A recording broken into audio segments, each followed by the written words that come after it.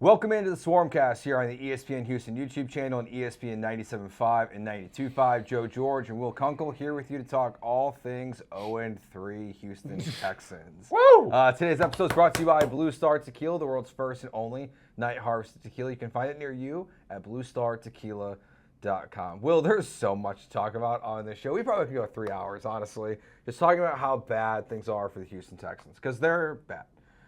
You got a game coming up versus the Titans. They're going to roll out a first-time play caller. They're making an OC change. Brian Callahan is handing off the duties. You got Cam Ward. So you should at least get your first win of the season. Should you?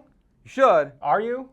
Great What? question. We'll get to all that. That's we'll talk such about an aggressive statement. And we'll talk about the game this weekend and everything that's going wrong. But the pressure is on with this team. And there seems to be, I think rightfully so, within the fan base, within the media contingent, and I'm hoping within the Houston Texans organization, some butts getting hot a little bit. I feel like seats are getting warm inside the Texans organization. Who is on the hottest seat right now? Nick Caserio.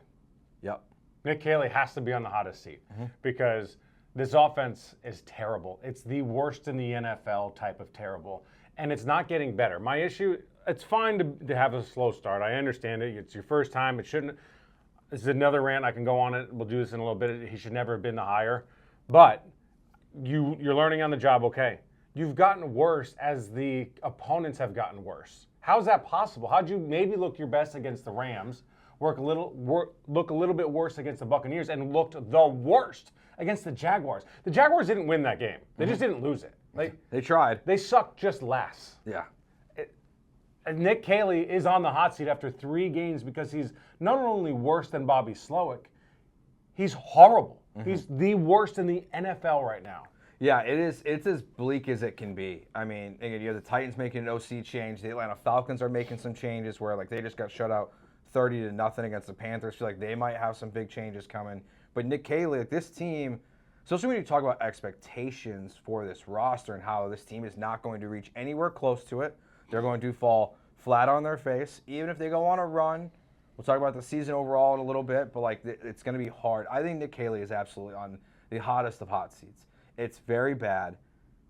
Follow up to that then. You think there's any chance he doesn't make it through the season? Yes. Where do they pivot? What's the plan then? Because that's what I'm struggling with, Will. I agree with you. There should be a change, and there could be. But do you go to Gerard Johnson, who this isn't his offense? He never played for the Patriots, I don't think. Even if he did, it wasn't much. So he's never called this, this scheme before. You have Bill Lazor, who has had, probably one good year in Chicago, I would say, but he wasn't your hire, and you could have just hired him from the beginning. You could have promoted him internally like you did with Cole Popovich. So what's the pivot? Where do you turn to if Nick Caserio is the guy that you're moving on from? This is my biggest issue. I said in the offseason I didn't think that Demeco was going to get rid of Bobby. He got rid of Bobby. I don't care that he fired Bobby. Maybe it was the right call. It still might be the right call. But what I said all along is that if you kept Bobby, you had to hire somebody to put next to him to mentor him, to help him advance and grow. Maybe Bill Lazor was that guy and Bill Lazor couldn't get through to him, and maybe that was a Bobby thing. Maybe Bobby didn't want to listen. But if Bill Lazor wasn't able to do it to Bobby Slowick, why do you think that now Bill Lazor is the answer for Nick Caserio? The answer, whether you kept Bobby Slowick or not, had to come outside of the building and had to have experience. Whether it was an assistant or the actual offensive coordinator, you had to bring somebody in that knew what they were doing from a standpoint of they've done it before and they knew how to adjust. Nick Caserio is starting over from zero. Maybe they caught lightning in a bottle with him, maybe, but they didn't. Maybe he was going to be great, but he's not. Yep. So now you're at zero. Now you're at below where you were with Bobby because Bobby actually had experience. Bobby failed. Bobby now knew what he had to do in order to get better.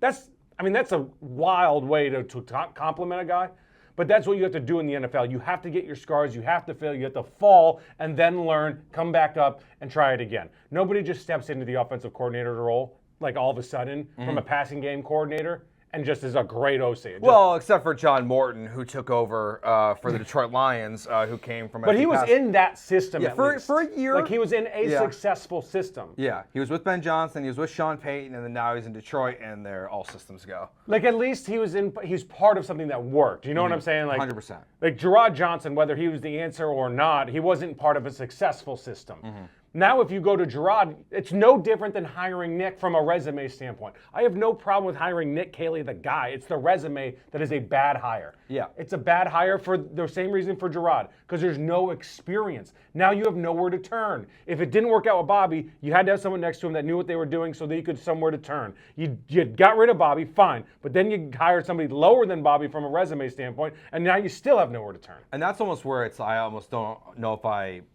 think it makes any sense to fire Nick Caserio at this point. Like, well, right. So I'm not even saying that like he should be fired. I know. I'm just mean like if he's fired, then what do? You're still palms up. Yeah, I think you're in a position where you're running this archaic offense that is mid-2000s Patriots. I mean, the fact that they're admitting that they watched mid-2000s Patriots film to talk about this offense, like that's where so who's next on this list? Because for me, it has to be the combination of whoever okayed this hire. Like, I don't think Demeco Ryans is going to get fired. I don't at the end of the season. I think that they will keep him no matter what. They will give him another chance for another offensive coordinator, which is crazy because like how many head coaches get to fire 2 offensive coordinators and keep their job? It does not happen in the NFL. But whoever okayed this hire, I think you have to have serious questions about whether it's Nick Caserio or it's Demeco. It's how did you let this interview process play out? And you said, yes, the guy who's coming from the Rams is going to run an offense in which he was the tight ends coach for in New England that hasn't been successful in anywhere. Jeremy Branham points this out all the time. When has the Charlie Weiss scheme worked anywhere? It hasn't. Its most successful times has only been with Tom Brady, Bill O'Brien, and 1 year of Charlie Weiss has been good outside of New England, his 1 year with Brady Quinn and Jeff Samardzija at Notre Dame. Like, outside of that, this offense sucks. It's not good. It's why every single time Josh McDaniels gets fired, no matter where he goes, his offenses are terrible. It's why Bill O'Brien wasn't a great offensive coordinator. He sure as hell's better than these guys, which I cannot believe I have to say. It's embarrassing. Bill O'Brien would have been a better hire. Anybody would have been. And this job, he is underqualified for this job. This resume is underqualified. Gerard Johnson's resume would have been underqualified only because he hadn't done it. It's nothing against Gerard Johnson. It's nothing against Nick Caserio. They just weren't in position. This job called for an offensive coordinator that had been there and done it. It's just that simple. Even a bad one. Because a bad one at least knows what not to do. You at least have that. Now you have a guy not knowing what not to do and is doing what not to do and doesn't know how to pivot, and you're getting worse against worse competition. How the hell is that possible? And what tells you, where do you look that you say, all right, I see the light at the end of the tunnel. I see it getting better. That's what they need to do more of. They had one drive all game against a bad defense in the Jacksonville Jaguars that had double-digit plays. One. Where is it getting better? I don't think there is really anything to get better. I mean, the only thing you can say is like they should be 3-0. If Dari doesn't fumble, if Nico doesn't fumble, they could be 3-0. Yeah, they could be 3-0. I think that's a better instead of should. Yeah, could be. Instead they're 0-3. So who's next on this list? Who's on the hottest seat after Nick Caserio? So just to the point of they could be 3-0, for Demeco to say they're close, I understand what he's saying because it's a one-possession game. They've lost by a combined 13 points. But don't piss on my leg and then tell me it's raining outside because you're not close, man. You're not close. The offense is the worst in the NFL, and you're not even close to being relevant as an offense. Therefore, you're losing games because your offense is that bad. Yep. That's how bad they are. It's atrocious, and there's nothing good about it. Like name 4 categories, 5 categories about that makes an offense good, and I'll tell you where they rank. All right, easy. We'll start easy. Points. Last in the NFL. 12 points per game. Gosh, that's when you say it sounds so much worse than it even it feels. Like, what else does it take to be good at offense in the NFL? Red zone.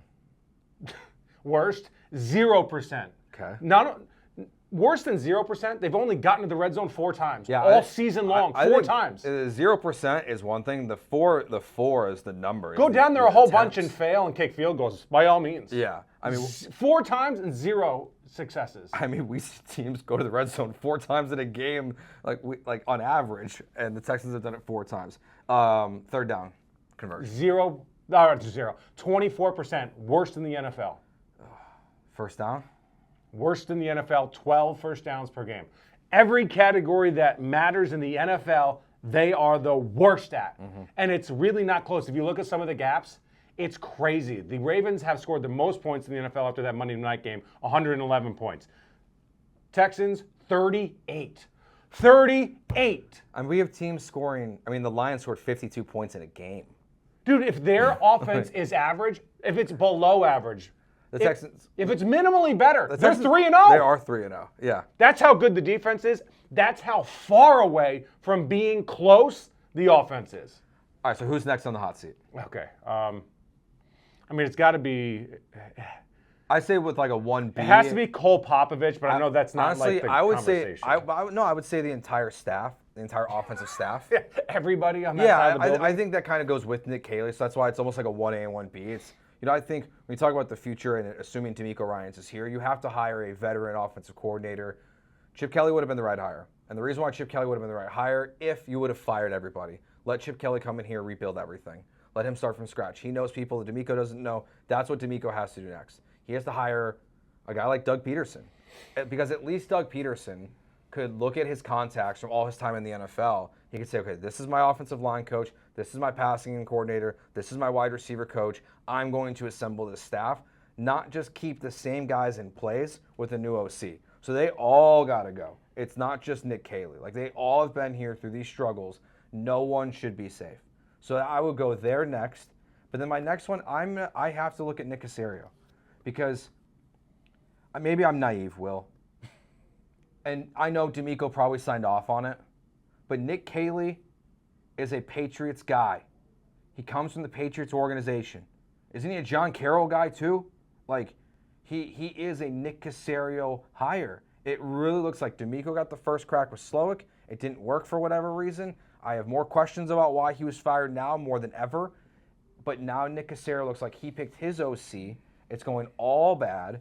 It's getting so much worse. And I know he has 4 years left because apparently he had a contract extension that I didn't know about. I saw Landry Locker tweeting about that and getting confirmation. Had no idea Nick Caserio got a contract extension. If you would have told me in the offseason if it was deserved, I would have said yes. Now I'm not so sure. But Nick Caserio has to be next on this list. And it's also because of the problems that are on the roster. Like, it's not just bad play calling. It's you look at the wide receivers, there's no separation. The wide receivers end up their routes like that. And that was what was happening with Bobby. Like, that's why it's like it's the same old problems. You look at the offensive you look at the offensive line. Like, there's not good offensive linemen consistently on this team. Jake, Ingram looks like a hit, Andrews looks like a hit. Look, that's positive. Hit-ish. But like, the offensive line is still dreadful, and it's been dreadful since Nick Caserio got here. He's had years to rebuild this thing. He hasn't got it right. Ariante Ursary is getting his ass kicked. It's brutal at left tackle. And I'll give him a pass. He's young. He's developing. Joshua Hines-Allen's a monster. But stop putting him in positions to get his ass kicked constantly. Yes. That's a coaching thing. So Nick Caserio has to be next on my list of, like, I have serious questions if the Texans can win with him as the general manager, because he hasn't been able to do the things in the margins that you need to do. That if CJ Stroud's going to make $60 million, and if Will Anderson's going to be the highest defensive paid non-quarterback in the NFL this offseason, which I think he will be, I think he should be, I don't know how Nick Caserio fills out this roster in the gaps because he's not good at it. So I put Nick Caserio next on my list. So 2 things. You said like Chip Kelly would be the right hire, and I don't know whether he would be the right hire or not.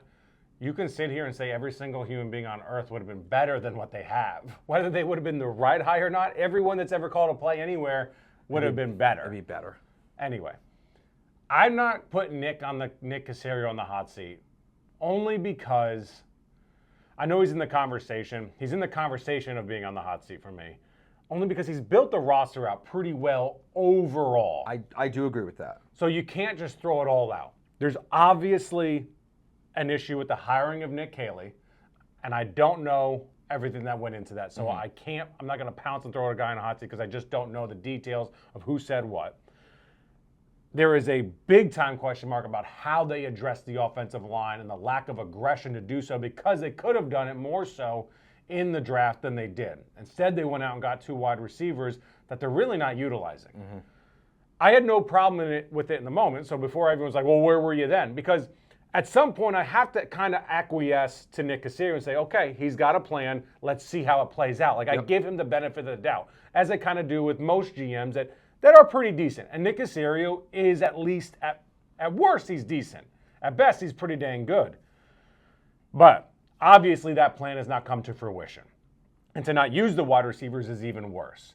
And the fact that you just didn't address it aggressively and you thought you had it in plan and it didn't work, something has to change in how they evaluate offensive line play. Whether it's the scouting department or whether it's Nick himself, I don't know, but something has to change there. Yeah, I think it's, I don't want to, I know everyone's kind of running with this clip, and it's really hard to not be, look, I know there's coach speak, right? Like Jeremy and I had a good back and forth on Monday about what you're annoyed with Demeco Ryans saying is close, because I'm also annoyed with it. And Jeremy's not? Jeremy, no, he thinks it's just how Demeco's personality. He's not going to throw guys under the bus. I agree 100%, but at the same time, like, you just stop this. It's a charade. It's become. I have no problem with it early on when you're kind of winning, and like I'm okay with it. I think you can be it's honest. Such a charade now. Yeah, I think you can be honest with like the world without throwing guys under the bus. Yeah, he's not.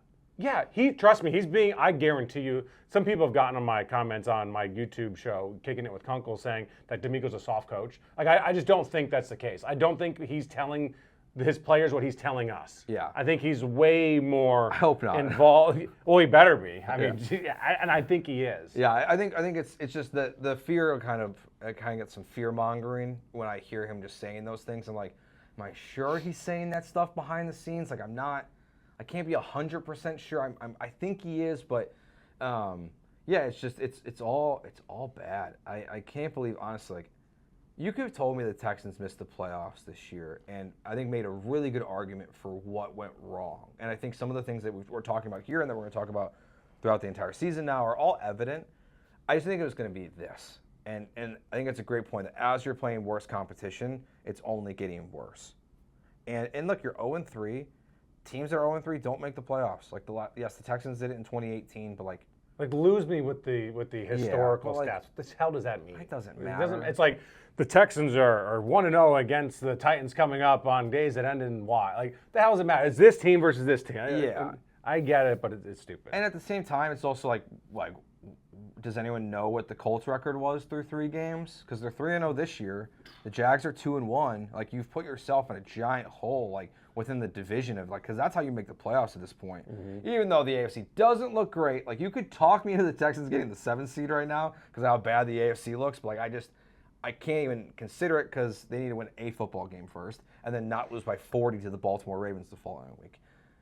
Is there anyone else that should be on the hot seat? I don't think Demeco should be, but then I have to kind of hold him the same standard I'm holding Caserio a little bit of, if Demeco was the one that's like, Nick Caseley's my guy, I got real questions. Yeah. I have real concerns if he was the one that okayed that hiring. And I want to know why Bobby Slowick got fired. Like, I don't think we've gotten the full picture yet. I think there's, I don't know if it's personality clash, if there's stuff like behind the scenes stuff that was like leading to his departure. But I just feel like we haven't got the full picture of just like, well, the offense wasn't good, so we moved on. Because it was so good the rookie year. It was so bad the second year for CJ Stroud. And then to move on and then end up with this process and this coach, I just feel like there's something else there. And it makes me question Demeco a little bit, but I don't think he's on the hot seat yet. Yeah, I think you have to be cautious with, this was a bad hire, where's his role in this, therefore we're going to blow it all up. Yeah. Because there's a lot of good in that building. Jokes aside, 0-3. For sure. It's an embarrassment on one side of the building. The other side of the building is really, really good. Mm-hmm. Like, really good. The fact that you're losing by 1 possession in all 3 games and your offense is the worst in the NFL tells you how good his side of the building is. The problem is he's a head coach. So he's got to be over all of it, both sides of the building. I don't know. Ideally, what you do is you say, all right, to the general manager, you go now make the hires because the head coach has proven that he can't build his staff in the proper way to have success offensively. But if this is a Nick Caserio hiring, which we just don't know. We don't know, yeah. The umbrella kind of looks like it might be, but we don't know. And Demeco probably signed off on it. At least I hope so. Then you have nowhere. Then now where do you turn? To Cal? To Hannah? Well, that's where, gosh, even with all this, is like, dude. A searching firm? Like, that's what pisses me off. Like, I don't want to do that. Like, it's. But you have to do something else, right? Yeah, you have to. Yeah, it's like, I mean, like, would you say, like, and I wouldn't say Demeco Ryans, like, has, like, the benefit of the doubt to, like, name his new GM at this point. Like, no. Like, Adam Peters, who's with Washington now, like, could have been an option. But, like, who else was in San Francisco that, like, could have been a viable option, you know, for Demeco to be, like, the GM? And I don't really like when a head coach gets involved like that. You know, I think it leads to bigger issues. I think bringing in a new GM. It doesn't allow the GM to do, like, his job once he becomes in if the head coach hired you. Yeah, because then it's like you're kind of answering to the head coach, and it's like I think it's a weird dynamic. So I think your GM has to be separate. But I don't think Nick is bad, and I don't think Demeco's bad. So I hesitate to. I don't want to fire someone unless they're bad. Nick Cayley. I'm not calling for Nick Cayley's job. I just don't. I don't do that. But he's bad. So if you wanted to fire someone that is bad would be Nick Cayley. Demeco's not bad. There's issues to work out. Nick Caserio's not bad. There's something to work out. How do you fix that while trying to kind of keep a lot of good in the building? Yeah, that's where I think it's like there's the blocks are still there. I think it's just there needs to be a shakeup of some kind. And maybe Nick Cayley will be enough in an entire new offensive staff this offseason. It's just I still just struggle with. But who does that hiring? That's like the biggest question. Yeah, who does it? And with Demeco just doesn't have the tentacles. Is maybe the best way to put it. Like he doesn't because it's a Texan, it's an Eagle, it's a 49er. Like who is his? Like is Mike McDaniel? I was gonna say it's probably the best option to be honest with you. If there's an obvious answer, it's Mike McDaniel. It's like Zion Williamson was the obvious number one, right? Yeah. You can't screw that. Like everyone knew what to pick. Trevor Lawrence was the number one. You can have that discussion now, but there's obvious decisions to be made, right? You can't screw it up. Maybe Mike McDaniel is that guy, and it's like, all right, I don't think we need to search for him to say, oh, that guy. Yeah, and the things that are going wrong in Miami. But then again, there were some more obvious choices than Nick Cayley. I know, but they didn't even look at him, really. I mean, but Mike McDaniel, like his issues in Miami where like players apparently are not showing up on time to meetings and things like that. Which is insane. But all that goes out the window when he's not the head coach, right? Because Demeco sets the standards. So like that can work. I think it's the most obvious thing. I think it can work for CJ. I would like to see Mike McDaniel with a competent quarterback. Has there ever been an OC fired midseason, a head coach elsewhere fired midseason, and the head coach becomes the OC? There has been coaches that go join. Like Brian Flores last year joined staff. Right. Or not a couple years ago. I'm thinking Robert Saleh. Trade? Awesome. Oh, yeah, Robert Saleh went over to the 49ers. Yeah, he went to back to the 49ers last year. But wasn't like the DC. No. He just was around. But he is now. Yeah. So can Mike McDaniel get fired, come on over, hang out, and draw up some plays? I mean, most of the offensive pieces are the same as last year. Like, could you just... we'll see. I think it would be... Man, it's bad. I saw some reporters in Tennessee saying that the Adams family hates the Texans so much that a loss this weekend to the Texans could lead to the firing of Callahan. Hell, no way, dude. I mean, maybe, but like... Because that's crazy. Yeah. He's just brand new. I know, but like I do wonder, like, Hannah hates the Titans too. Yeah, big time. And if the Titans were to beat the Texans this weekend, I do think it could be open season a little bit. Yeah, that's when emotions get into play. Yeah. And we've talked about this. There's lawsuits going on with the McNair family and the ownership. What this is it's a small family business worth billions of dollars. Yeah. And emotions and crazy run wild at times. And she hates the Titans. I think she hates the Titans way more than Cal hates the Titans. So like if there was a loss this weekend, and then you play the Ravens, like going into the bye, I do think like a Nick Cayley change, it is open. And honestly, like the early bye could be beneficial to the Texans. Like if you're gonna make a change, like if you start 1-4 or 0-5, I don't think they'll be 0-5. But like if you start, what says they're not? The Titans are worse. Then what? They are, I think, the worst team in the NFL. not based on any stat. I know. This is like my eyeballs are telling me only. I agree. Because I don't want to defend the Texans because they don't deserve it. But that's my thing is we had someone just walk in here before we started taping. He's like, Will, you lied to me. I'm like, I know. I got lied to. I lied to everybody and I lied to myself about these Texans because people would ask me how good are the Texans going to be. I'm like, they're going to be pretty damn good. All that has to happen is their offense has to not suck.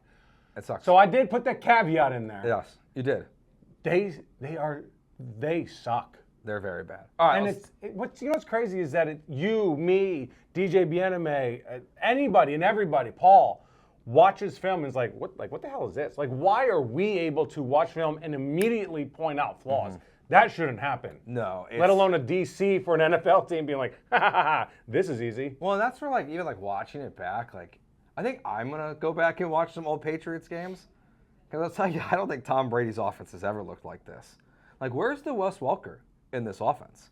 Why are there only short passes on third down? Like, why can't we do it earlier or on a 3rd and 25? Mm-hmm. Like, why are those the times that we use it? The route trees and the combinations. There's a reason. Like, we did this with the Rockets. You don't have any space. You don't have any offense. Because what happens if you don't have spacing, you just clump everything up, and the defense just has to stand still, and they don't have to make plays. They don't have to make decisions. They don't have to do anything. So when you have all of your wide receivers all kind of together, the defense doesn't have to be like, oh, God, that guy's over there, that guy's over there. I got to make a choice. Mm-hmm. Those guys just stay here, and then, we're good. Like, we just don't move, and they're going to screw it up. They'll come to us. Before we go to break, the other person, maybe I probably should put this person higher on my hot seat, and now he's not getting cut. I would start Cam Robinson at left tackle this week. I don't want to make Pro Football Focus the end-all, be-all here. People look at week 1, his Pro Football Focus grade versus what Ariante Ursary has done, and my eyeballs tell me he's not good right now. He's still developing. I do think it would be in the best interest of the Houston Texans to make a change at left tackle, just like it seems like they're going to make a change at left guard. So I think this week for the Titans, it should go Cam Robinson, Juice Scruggs, Andrews, Ingram, Titus. To me, you want to put your best foot forward.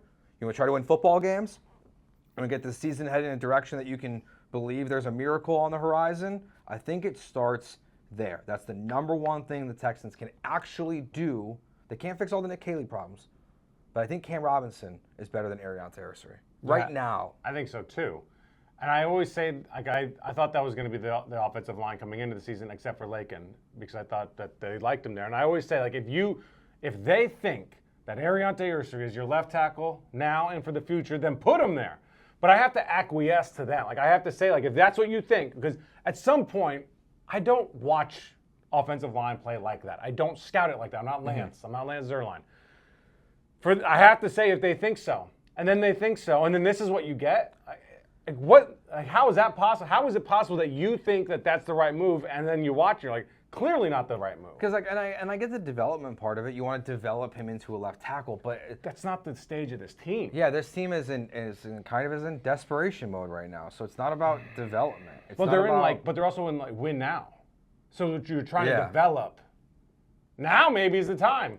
The season over? Honestly, that's where maybe it is the time to keep him in there instead of putting Cam Robinson. It's probably take his lumps. Might be time to move on from Christian Kirk and or not play him and just play the rookies because the season might be over. We're gonna answer that question after this break. Let's hear first from our friends at Blue Star Tequila so they can teach you what night harvesting is all about.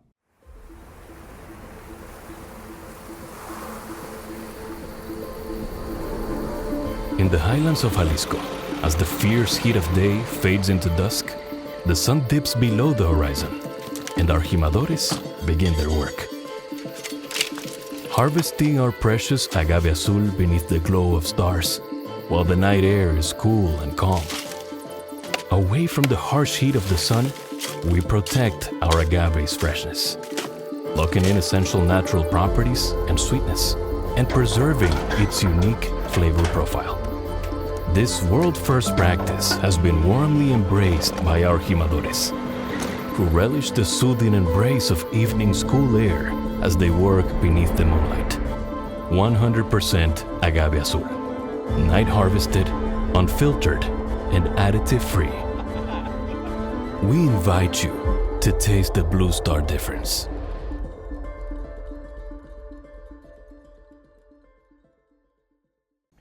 All right, Will, you mentioned it there. Simple question.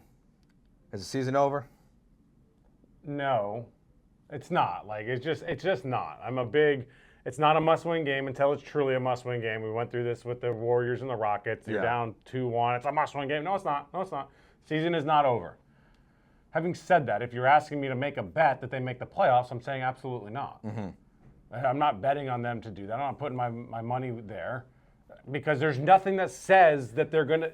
Again, the offense has gotten worse, not better, and the competition has gotten worse, not tougher, and it's only going to get tougher from here. The only easy games that they have, if there's even such thing as an easy game in the NFL, let alone for this Texans team, is coming up next with the Titans. It's the Titans, yeah. I mean, for the Texans for the season to truly not be over, you really can't afford any missteps because if you look at the best of the best that you're going to play, even though the Ravens and the Chiefs are both 1-2, and one of those teams will be 1-3 and potentially have the same record as you after this weekend because they play each other, you still play the Ravens this year, you still play the Chiefs, you still play the Bills, and you play the Chargers, which to me, like the Chargers, the Bills, the Ravens are clearly the 3 best teams in the AFC. So that's 4 more losses. If you just chalk those up as L's, that puts you at 7 losses on the season. So you have to win every game to just finish 2 games above 500. I mean, that sounds nearly impossible. You still play teams like the Broncos. You play the Colts twice. The Cardinals, who haven't lost yet this season. Okay, but as you go the through Broncos, this, the 49ers. I'm going to pose this question to you as you go through that. Name one game outside of the Titans game that they're going to be favored in. Oh, man. I think they'll be favored against the Jags at home on the 9th of November. And I think they'll be favored against the Raiders on December 21st. But I think that's it. I don't know if they'll even be favored on the road against the Titans. I know they're 6.5-point favorites this weekend at home, but if this season continues to go in the direction it's going, I feel like that line might creep towards the Titans at home a little bit, getting the 3 points at home. So I would say like 2 or 3 games this year, probably, they'll be favored at home the rest of the year, like at best. And that might be generous. Like what happened? And I brought this up on my show, Kicking It with Kunkel as well. The conversation you and I had about let's look at the schedule and let's pick out the most important games. Yeah. And you were like, the Bills, the Ravens, the Chiefs, because that's how we prove that we're on this level. And I was like, yeah, for sure. But like, this team, the most important games are the Jaguars, the Titans, and the Colts. Yeah. Because you can still go 5-1 in the division. That's where, like, if they're going to make the playoffs this year, you have to go 5-1 in your division now, which means you've already lost your one game. And they're not doing that. And they're not doing that because the Colts, gosh, I'm just not there yet with Danny Dimes, but man, they look good. I mean, they punted for the first time. Let's say they're not as good as they are. But they sure look it, Will. But if they're not, yeah. You know what they're not? They're not going to drop to the worst. No. Like, they're going to drop, maybe it regresses to the mean. Maybe they're average. If the Texans were that, they'd be 3-0. And here's another question. If this team was 3-0, would you be sitting here saying, hell yeah, this team's good? Oh, no. Exactly. That's where it pisses me off so much about Demeco Ryans. Is like, we're close to winning games. That's the goal. Yes, it is. I get it. But we know ball more. He knows ball more. Yeah. Y'all know more ball than the fact that if this team was 3-0 and they played the way they did and they just finished those last drives, that they're not good. Yeah. They're not playing well. They're escaping. They're 3-0 in spite of having a horrible offense. Yeah, if Dari doesn't fumble, if they stop Baker, if Nico doesn't fumble and they're 3-0, I think we're having the same conversations. I think we're still 100%. The conversations aren't about the hot seat. Like, it's not as dramatic and drastic. No, it's just But the issues are still the same. Yeah, instead of being open to the idea of Nick Caserio being fired during the bye week, it's Nick Casery's not going to be the offensive coordinator in 2026. Like, it's still the issues are still there. I don't think anyone besides the ultimate fans who have the blinders on at all times. And even then, like, they have to be wavering. Mentioned like the Monday night game, it was the loudest boos I've heard. I think this is gonna be different. I said this on my Monday show with Jeremy. People show up on Sunday? An 0-3 team against a really bad, no one fun to watch team, Titans? I don't know, because this team does feel different, and the environment feels a little different right now for the Texans. I feel something. I've been in Houston now for 11 years. I feel something that I haven't really felt before, and that I feel anger. the word I keep using is apathetic. That's what this fan base has done. The interest dwindles. We don't talk about them on the radio because they're irrelevant. Like that's what's happened in the past, specifically in the Davis Mills era. Because there was no hope, there were no expectations, so you can't. I think there's anger here because even if the season, like, I think the season's over. I don't think they're going to make the playoffs. I think it's impossible at this point, basically, with what we've seen. There's not a world in which you can convince me this team's going to win 10 games this year and make the playoffs, or 9 games and make a wild card. If they make the playoffs, it's going to be because the AFC is not good at the bottom, and they're going to be an 8 and 9, like 7 seed. Like that to me is like, is the Texans' path to the playoffs is 8 and 9, and hoping everything else is a disaster around you. 100%. But Demeco's still going to be here, CJ's still going to be here, and everyone knows that, and that's why I think there's anger. There's real questions about CJ Stroud. There are people questioning, and I think rightfully so. I'm still a believer. Yeah, I don't think he's the problem. I think he is regressing at an alarming rate. I think specifically like that interception on the ball he threw to Christian Kirk is awful. It was bad, but so like I've been critical of CJ. Yeah. I think fairly so. I never thought that he wasn't the franchise quarterback. I never thought he wasn't. I always thought he was like depending on how he played, 9 to 12 top 9, top 12 quarterback.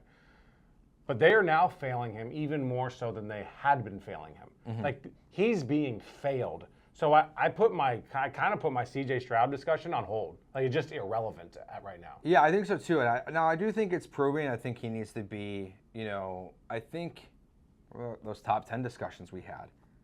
I do think I see more Goff now. Goff is way better, but not because no, in terms Goff of is way better. Goff needs help. Goff, their offense looked great last yes, night. but yeah. like you have Amon-Ra St. Brown, you have Sam Laporte, you have Jameson Williams, you have offensive But everyone coordinators. kind of needs help outside of maybe the top 5. I agree. I just think I think Goff needs a little bit more than the average quarterback that can be good. Like Baker Mayfield, I think is a great comparison. This dude, man, just goes out there, 3 offensive coordinators in 3 years. He doesn't have Godwin. Now he's not going to have Evans. He's probably still going to lead his 4th drive this season. They've won games with like 59 seconds, 6 seconds, and 0 seconds left on the clock this season. It's remarkable what they're doing. I think CJ. I think he needs more help, and I think it starts with the offensive coordinator, and that's where I think this team has failed him. And yeah, would I give him $60 million right now? Like he'll be eligible this offseason? No. I think you have to though. You have to. What are you gonna do? Lose him? Like franchise him is, I guess, the option, right? Well, you don't have to franchise him yet. You got 1 more year because you got the 5th year option. Right. That's right. You're not there this is yet. Year 3. Yeah. So you got the 4th and 5th year. He's just eligible for the contract. I honestly, this is one thing I think that Caserio does really well. He gets ahead of these curves. Unlike Jerry Jones, kicks it all the way down the road, and then he still wants Dak Prescott and has to pay him even more. Like I think you give CJ what he wants / deserves, whatever that number is. Because if you don't have CJ, then you have nobody. For sure. And this defense and this team's never going to be bottom of the barrel entirely in order to get another quarterback. And it has to fall in a year where there's a good quarterback out there. And that feels like that's not happening. I mean, that's like an 8-year process, typically. For sure. I struggle with the regression is what if he's not worth it? Like, what if he's Trevor Lawrence? But I don't think, like, Trevor's that bad. He's not that good. But it's just like, can you be a $60 million quarterback and play at this level? And that's just so kind much of what the around NFL you. is, though. For sure it is. And that's where, so I just, look, it's going to lead to some uncomfortable conversations. Like, I don't know what David Mulugeta, I mean, look, it's a little terrifying having him be the agent of CJ Stroud. I mean, we've seen what he's accomplished with Jalen Ramsey, with Deshaun Watson, and with Micah Parsons now. When you don't pay his guys, he gets them out of town, he finds a way. And it would put the Texans in a really bad position to have to try to, if his agent's demanding a trade. I just don't think, like Will Anderson, as soon as the season's over, I'm making him the highest paid defensive player in the NFL. It's not even a question for me. I don't think I'm giving that exact same offer to CJ Stroud. Am I going to pay him? I would. But I think I would have to be looking at like San Francisco a little bit and saying, okay, Brock Purdy didn't get the top money. Yeah, but there's a gap little between bit Brock and CJ for sure. I want to agree. I would be. If CJ's in that offense, yeah, I know. I just don't think like I that's can just. If they don't re-sign CJ, he's going to go somewhere. I know. And kill it. And it's not because, oh my God, bad luck. It's because he's pretty good. Well, everyone that's And if he's in a better situation than the worst situation, he's going to be better. I mean, at this point, I think everyone's just kind of assuming that Mulugeta and CJ are going to force his way out. Like, imagine if the 49ers had CJ. So, like, I think Brock's actually pretty good. Yeah. But Jimmy Garoppolo, obviously not good, had success there. Brock Purdy, Missy Irrelevant, had an opportunity to look good, and now he's grown to become a pretty good quarterback. And Mac Jones has looked good for a couple weeks now. Yeah. Like, put CJ there. I know. Put CJ with the Bucs, put CJ with the Rams. Well, that's the one that people think is going to happen. Like, they think CJ is going to want to go home, and I know it's just fan conspiracy. Like, I think it's just, I just wouldn't be willing to pay him immediately. Like, I just don't know if I can pay Will Anderson and CJ Stroud the same offseason. I still want to believe in CJ Stroud. I'm not out on CJ Stroud. I just struggle with the idea of, like, as soon as the season's over, the paperwork's available, they signed, put pen to paper. Now, that can lead to more issues, again, with David Mulugeta, but I think you have to. I think you're probably right, honestly. Yeah. Because, like, if you don't, like, there is no pivot, right? Like, if you... Because what if they like, what happens if they get rid of CJ, then okay. And then they bring in a new OC, and the offense is like, oh, this is good offense, but they don't have a quarterback. Then you have no problem. Then you have a huge problem. Like, then you're starting over. So, like, I'd rather try to figure out the offense with a quarterback than try to figure out the offense without a quarterback. I agree. I do agree. It's just, it's gonna be fast. I understand your hesitation, and I don't think, like, you're far-fetched, because it's here's the problem. I think it's an NFL situation. They have to change the rule to where the quarterback money, maybe 50% of it, doesn't go towards the cap.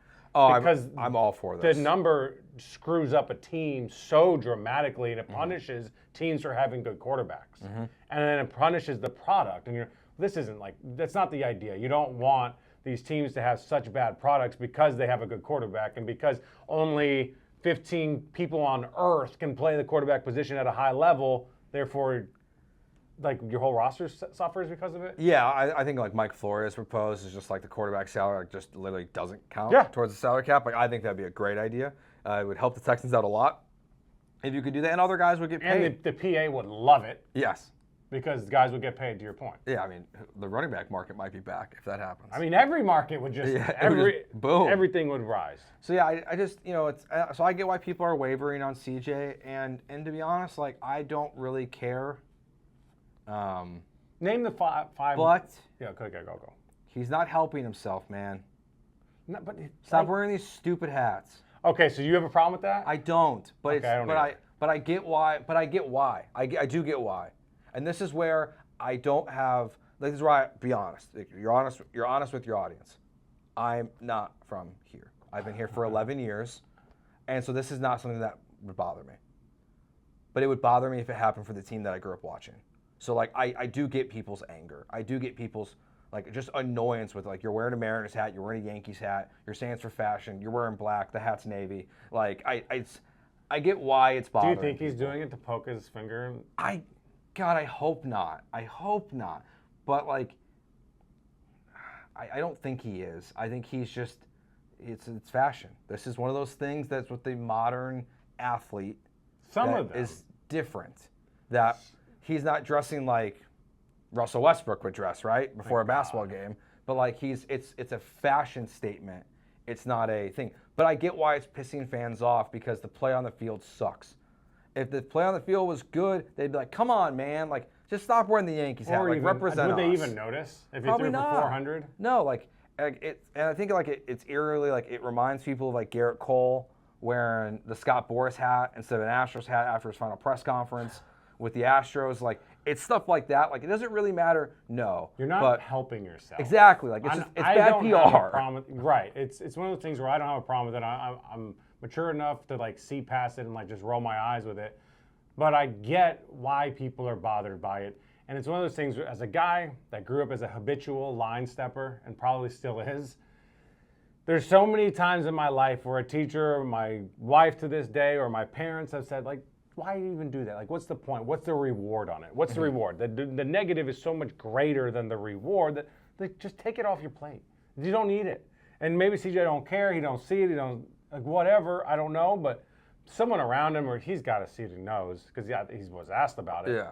Like, just take it off the plate. Yeah. It doesn't mean you have to capitulate to everything. It doesn't mean you have to do whatever the fans want you to do. I don't mean any of that. Just, like, you don't have to do it. and just, make it a little bit easier for yourself. Yeah, and I think if he just wore a Dodgers hat, people would understand. Yeah.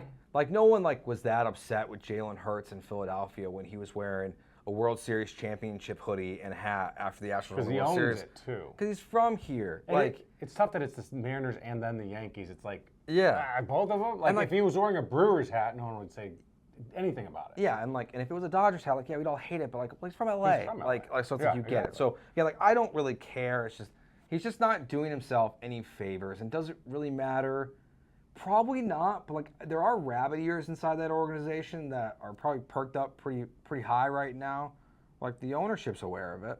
When things are going bad, just take all the stuff that you can control, the simple stuff, and just take it off the plate. Yep. Make your life and other people's lives around you, honestly, that much easier.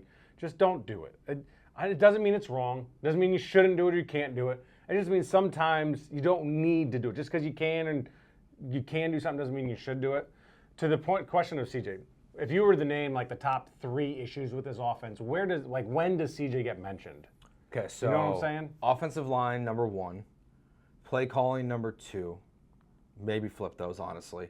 I think wide receiver separation is a huge problem. The running back room without Joe? Yeah, but they average 4.5 yards a carry, both running backs. So that's more I feel that kind of falls in the play calling. Because it's for sure that. Why'd you stop calling runs, dude? Agreed. Travis Etienne and had more carries in this game than both those guys combined, and they were way more efficient on the ground than he was. Run the ball, it was working. Yep. If you're getting 4.5 yards a carry from both your running backs, that's very positive. Even if and both their longest runs of the day were both 8 yards. So it's not like they have a 60-yard run and then nothing on top of it. Point. So I say play calling, offensive line, wide receiver separation. And then the running game, and then CJ Stroud. Right. So it's like having a discussion about the Texans and their issues. Yes, tackling's an issue, and it's annoying as hell. But I'm not wasting my time talking about the Texans and their inability to tackle from time to time because it doesn't actually impact much, or at least it's not impacting as much as the rest of it. The rest of it is all on offense.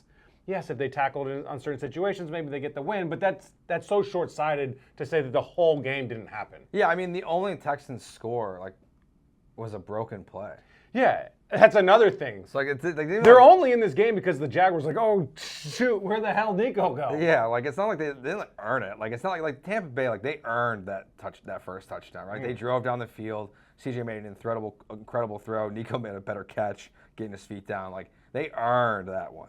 They didn't earn this touchdown. And you take it, and you say thank you. No apologies necessary. Hell no. You take every point you can get in the NFL without excuse. But let's not sit here and act like, the big play's there. No, it's not. No one won a battle. No one won their one-on-one. No one did anything extraordinary except for the Jaguars to screw it up that badly. Yeah.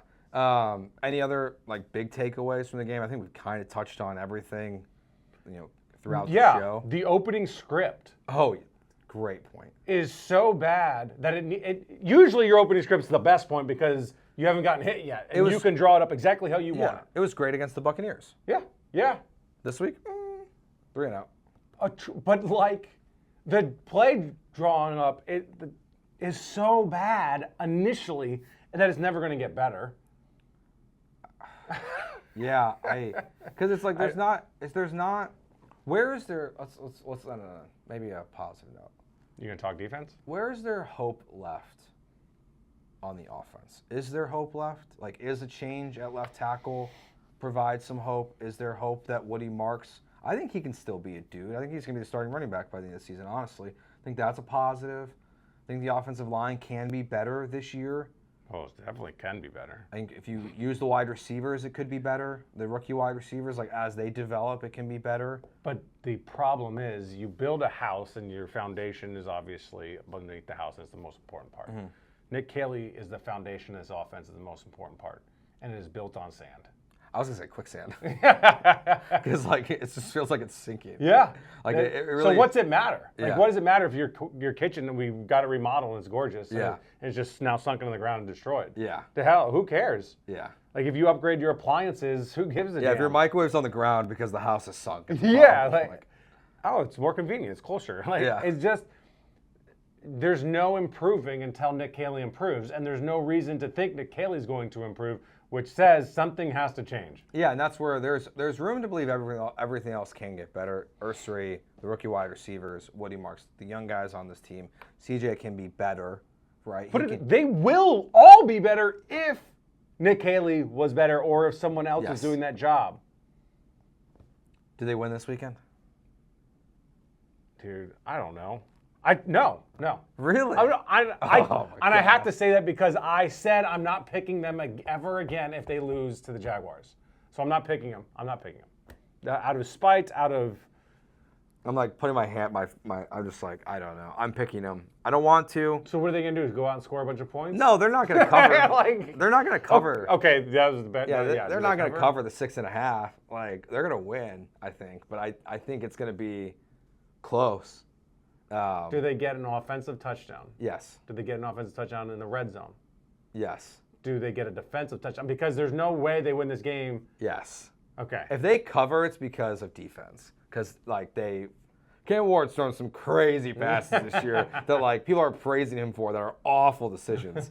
So, like, I think even if Stingley's out this weekend, which we don't know just yet, if that's going to be the case, I think that they take Cam Ward to the house at some point this weekend. So I think they win. I don't think they cover. But I don't think it really matters. Like, I don't think we're going to be doing this show together next week, Will, and being like, yeah. You said that against the Jaguars. You said, like, even if they win, we're not going to be like, all is good. Well, I don't think the offense is going to look good this weekend. And that's the thing. Yeah. They might have one or two good drives, but I don't think it's going to, like, look good for 4 quarters. And the thing is, too, is, like, it should. I know it's, like, there are things that are bad, but I told myself I wasn't going to do this. I'm going to do it. Yes. The Cowboys' defense sucks. And look what they did with Russell Wilson, who just got benched. And look what they did to Caleb Williams. 4 touchdowns, 298 yards. And the Bears' offense might be terrible still. The Texans' offense is terrible. It should still be able to find success against a team that is this poor. But I don't think it will. Like, I don't think it will. I think they will score. I think they will get a red zone touchdown this weekend, their first of the season. But I don't think we're going to be coming in here and being like, hey, signs of hope. The guys were open. They were moving. They scored in the red zone multiple times. The opening script was good. I don't think we're going to be coming in here and saying, like, yep, we're right direction. Let's see if you can replicate any of that versus Baltimore. I think it's going to be the same story, but it's going to result in a win because the Titans are the worst team in the NFL. Baltimore. That's going to be a fun one. That line might be 10. Oh, it's going to be more than that. Way more than that. It was 7 to open the season. Hell no. It's going to be 12.5. Yeah. Mark it down. 2 1-3 teams potentially. The worst part is that the Texans are healthy offensively. They're healthy. That is a huge concern. They don't have Joe Mixon, but let's not act like Joe Mixon all of a sudden they're scoring 25 points a game. They're healthy. The Commanders aren't healthy. They plug and chug. Who was the quarterback that filled in? Mariota. He looked terrible, but they put up a whole bunch of points because they have a good system. Like, you can plug and chug for a game and survive. You can plug guys into a good system, and they can look good. Mac Jones. This system with the Texans, if they had to go to Davis Mills, isn't lighting it up, obviously. Mm-hmm. They have their best players on the roster, on the field, and they suck. Yep. Because the system is atrocious. It's not because the players are bad, maybe at the offensive line position, but the system is that bad. Yeah, the players can be better, for sure. From CJ Stroud down, they can be better, but I think they're just set up to fail. Like, it's not. Yep. It's like if we did this and you gave me a mic that didn't work, and it's like, Will never says anything. Like, you gave me a broken mic. Yeah. All right, well, where can they find you? Find me on YouTube, Kicking It with Kunkel, my show. The last one I did was called Not Even Close. So tired of it. And then also you can find me on TikTok, Instagram, and X. Just type in Kunkel, Kunkel. You can find me at Joe George Radio and catch me on Jeremy and Joe from 3 to 6 Monday through Friday right here on ESPN 97.5 and 92.5. We'll be back with you next week with another edition of Swarmcast. Remember, the radio version of the show airs at 6 o'clock on Thursdays. Thanks to our sponsors, Blue Star Tequila, the world's first and only night harvested tequila. You can find it near you at plenty of bars and liquor stores right here in Houston. Just go to bluestartequila.com. Type in Houston. We said we were going to drink this. I was going to say, we said we were going to drink it if they lost. All right, we're going to open these and we're going to say goodbye to you. Have a good one. Peace.